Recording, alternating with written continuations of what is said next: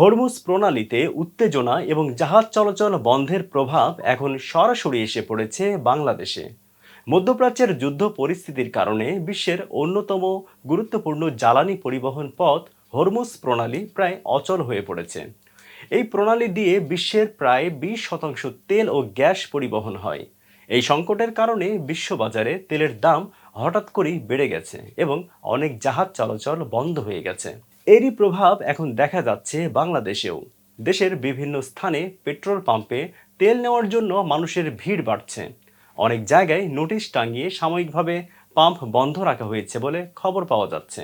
সরকার পরিস্থিতি সামাল দিতে জ্বালানি বিক্রিতে সীমা নির্ধারণ করেছে। মোটরসাইকেল, প্রাইভেট কার এবং বড় গাড়ির জন্য নির্দিষ্ট পরিমাণ তেল দেওয়ার নির্দেশ দেওয়া হয়েছে, যাতে আতঙ্কে অতিরিক্ত তেল মজুত না করা হয়।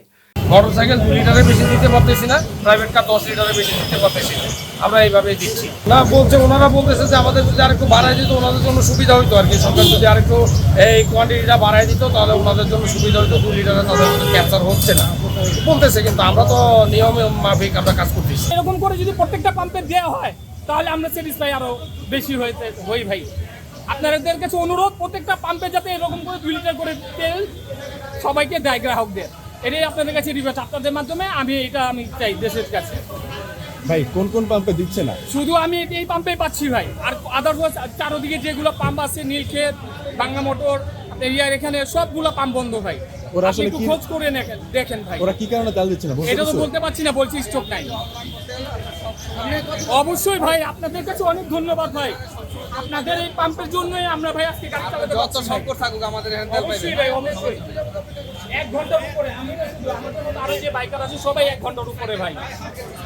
তারপর আমরা সন্তুষ্ট ভাই যে তেল দিচ্ছে এই পাম্পটা।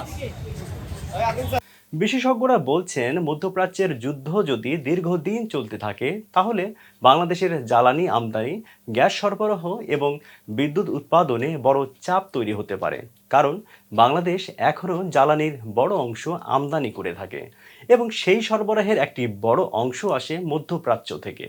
তাই হরমুজ প্রণালীতে অস্থিরতা যত বাড়বে ততই বিশ্ববাজারে তেলের দাম বাড়বে এবং তার সরাসরি প্রভাব পড়বে বাংলাদেশের পরিবহন, বিদ্যুৎ ও শিল্প খাতে। এখন প্রশ্ন হচ্ছে, এই সংকট কতদিন চলবে আর বাংলাদেশ কি বড় জ্বালানি সংকটের মুখে পড়তে যাচ্ছে?